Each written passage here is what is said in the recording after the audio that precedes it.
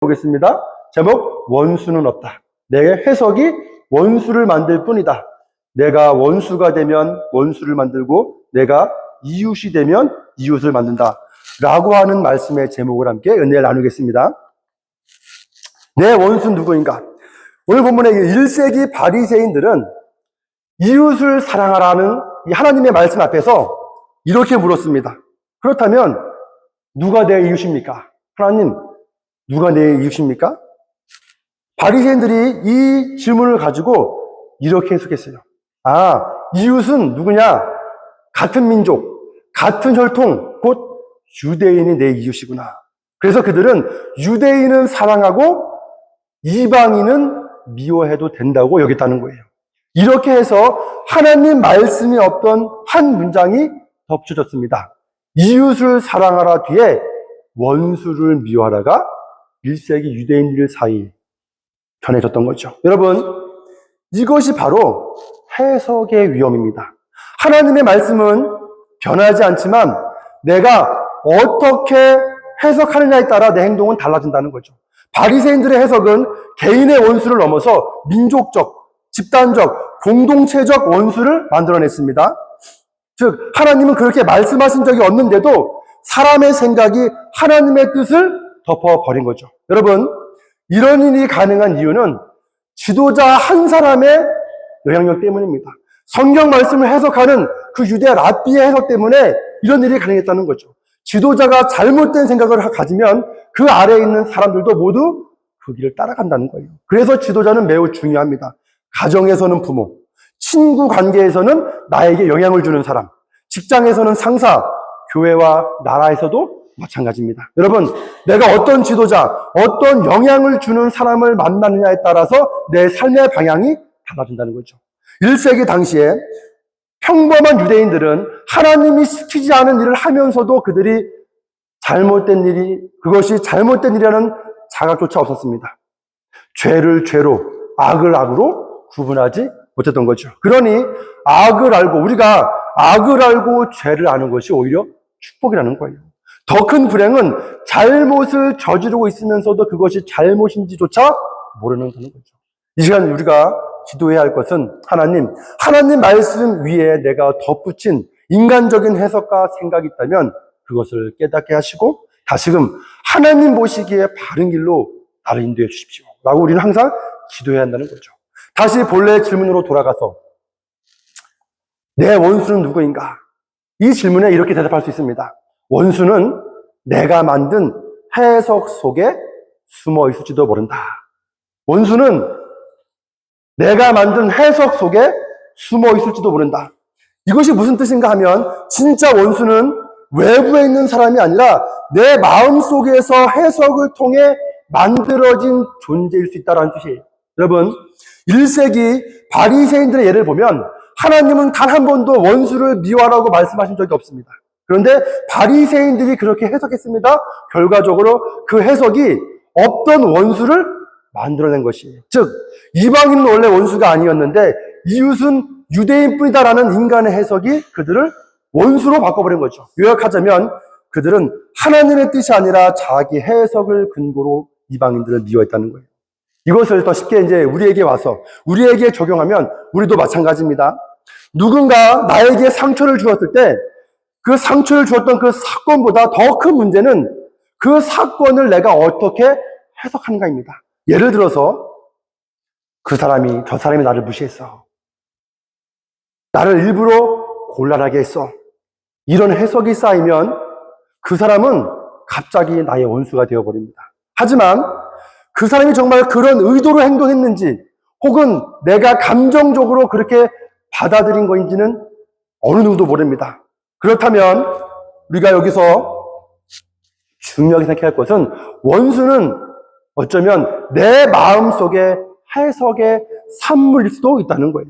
여러분, 내 마음의 판단과 해석이 그 사람을 원수라고 이름을 붙이는 순간 그 사람은 갑자기 원수라는 실체가 되어버린다는 거죠. 방금까지만 해도 내 이웃이었는데 원수라는 해석과 판단을 하는 순간 없던 원수가 생겨났다는 거예요. 한 문장으로 정리하면 너무 작지만 제가 일부러 작게 만들었어요. 왜냐?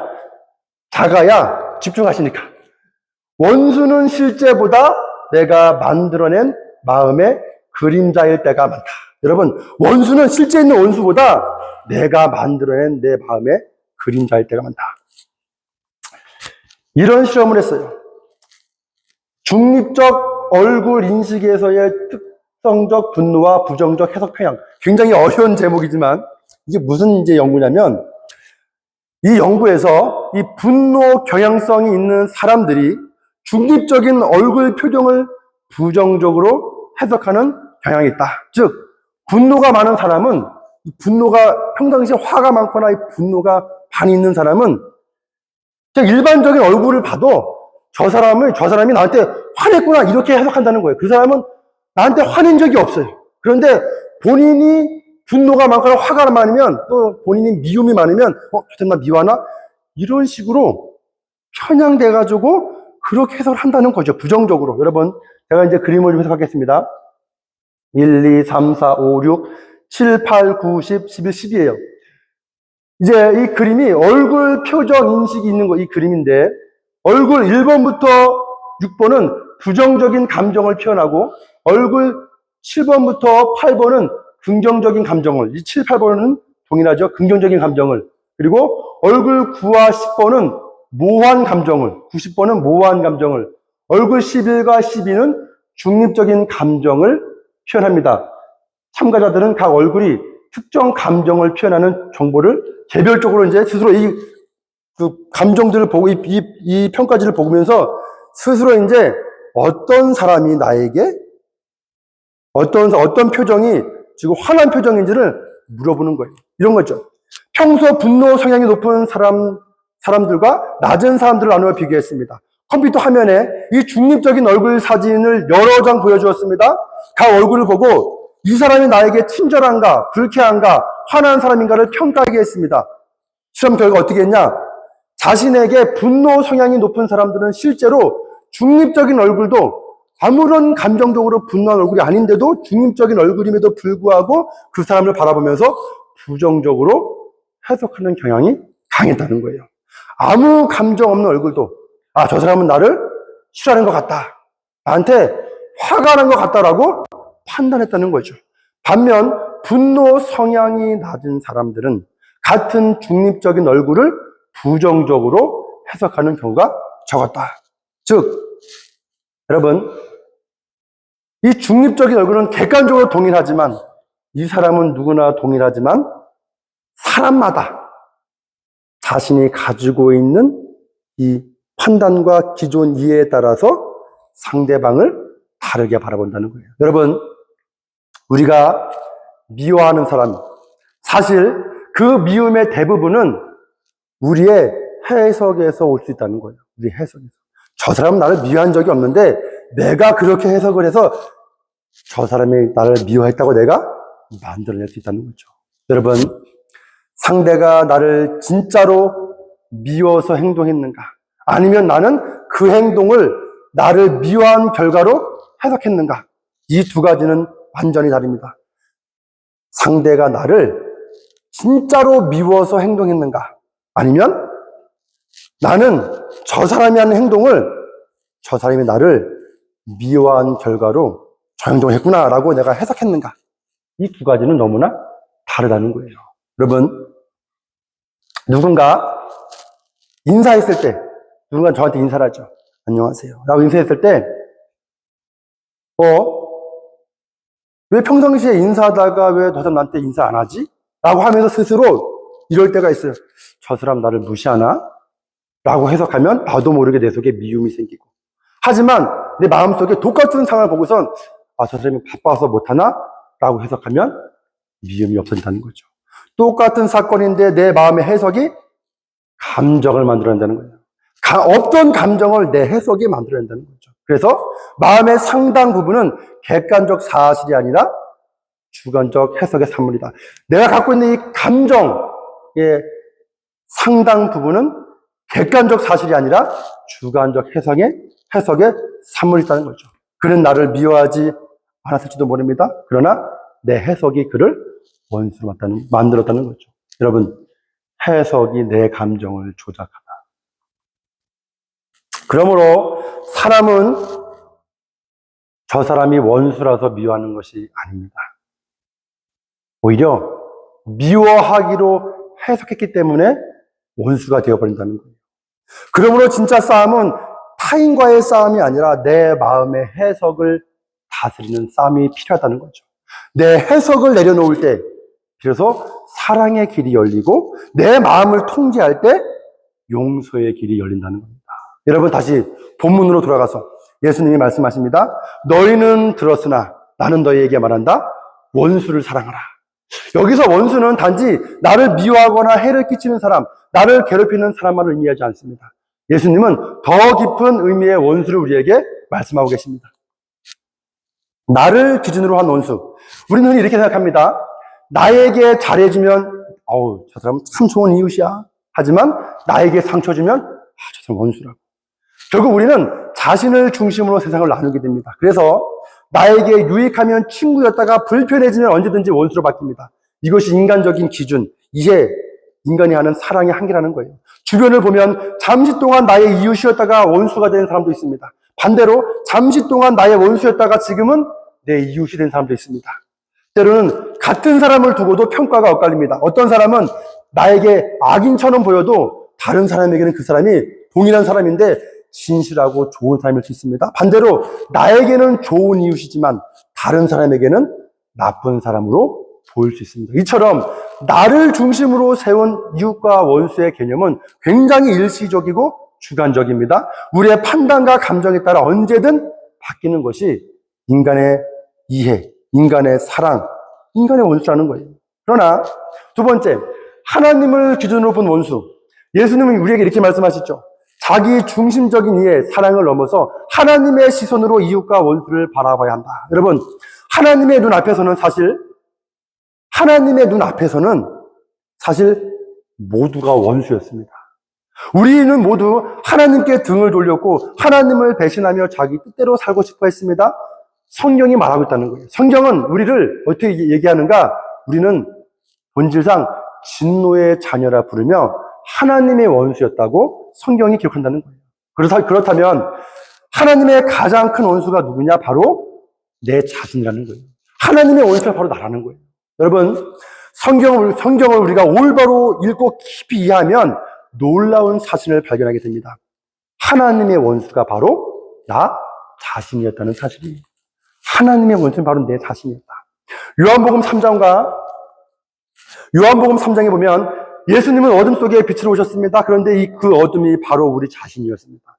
우리 자신에게 빛으로 예수님이 찾아오셨어요. 우리는 하나님께서 보내신 빛을 미워했고 두려워하며 결국 그 빛을 예수님을 십자가에 못 박여 죽였다는 거죠. 사도 바울도 여러 곳에서 이를 분명히 말합니다. 에베소서 5장 8절에서 너희가 전에는 어둠이던 이제는 주 안의 빛이라. 우리는 단순히 어둠 속에 있었던 것이 아니라 어둠 그 자체였다.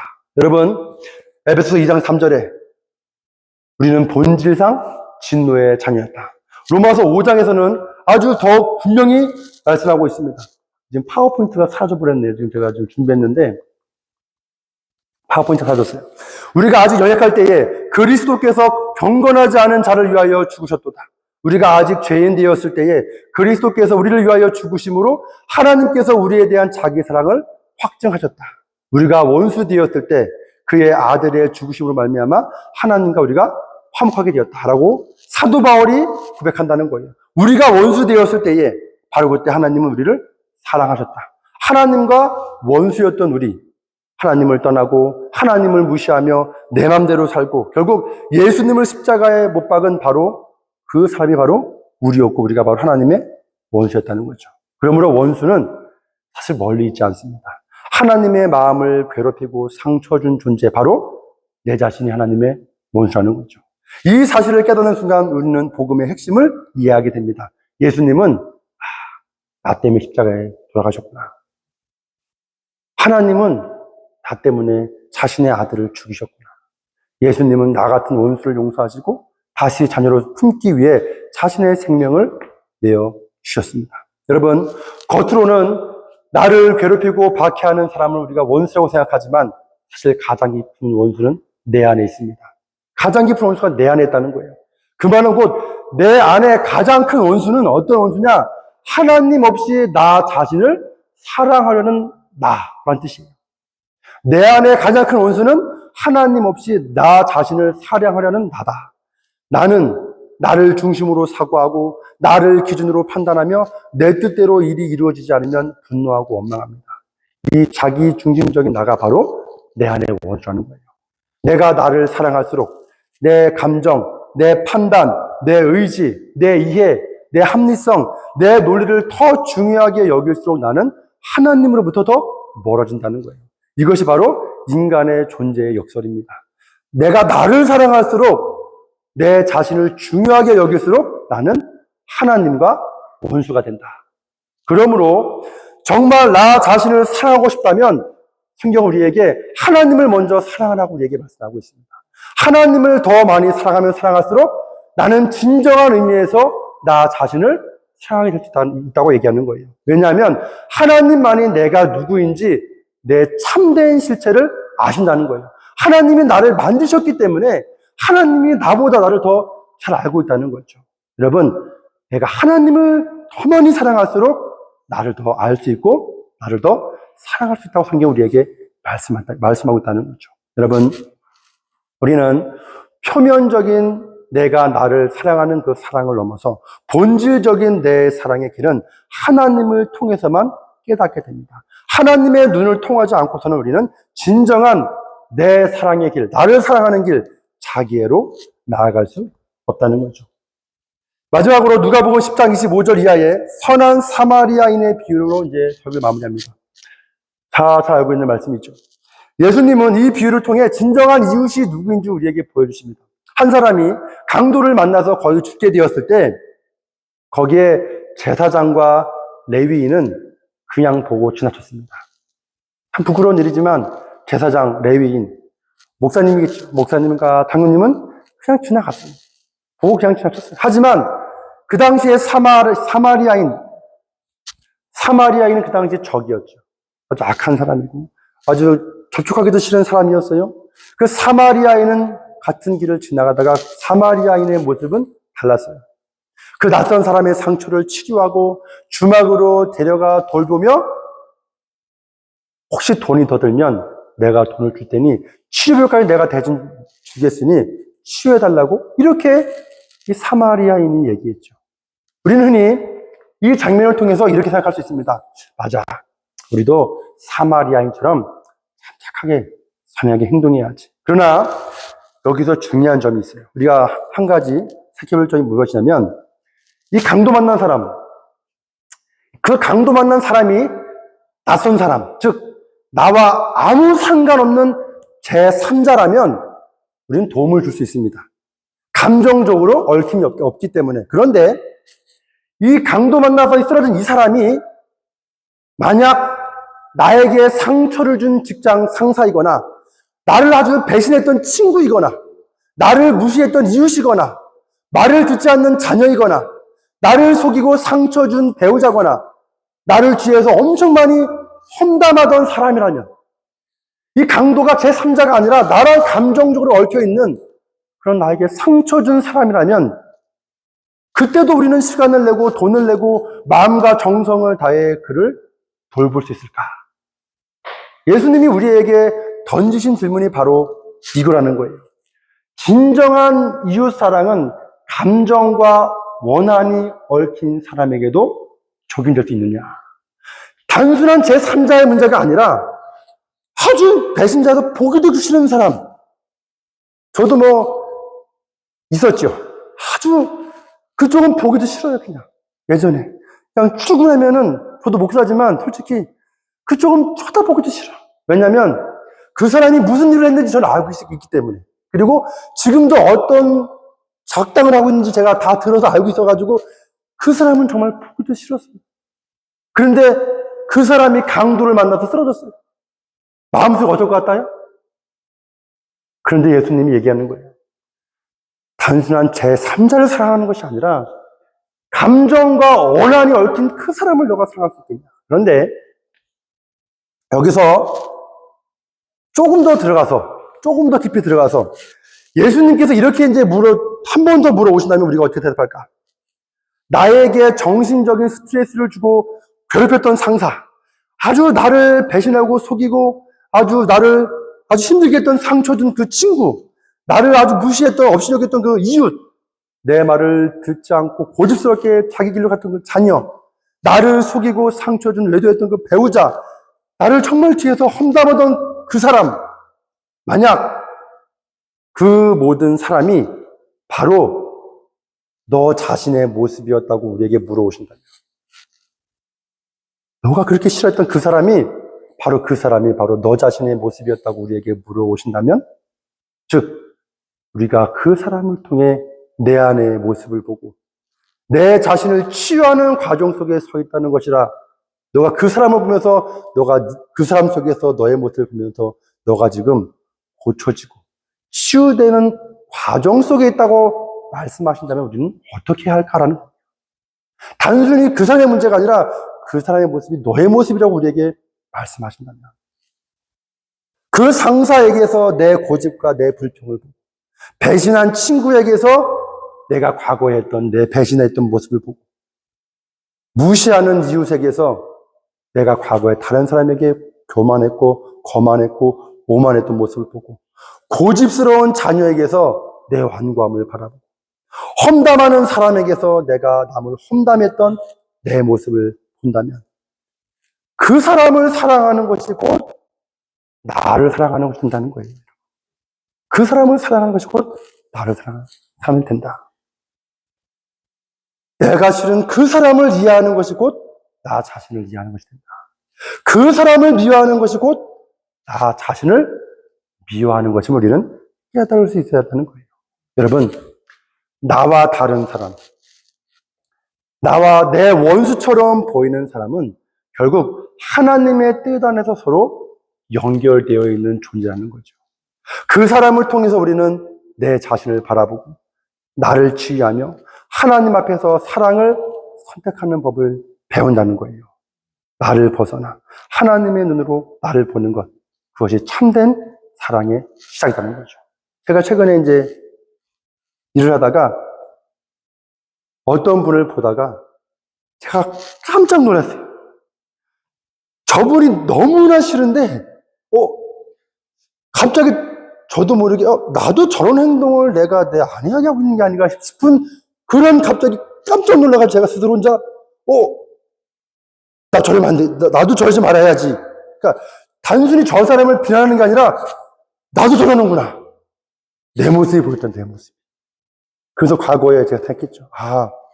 내가 그렇게 싫어하고 미워했던 그 모습이 내 모습이어서 하나님이 나에게 붙여준 것을 아니까. 너를 바라보라고. 너를 바라보라고. 여러분, 사랑은 우리가 교회에서 사랑을 얘기하고 성경도 사랑을 얘기하지만, 사랑은 감정이 아니라 의지의 선택입니다.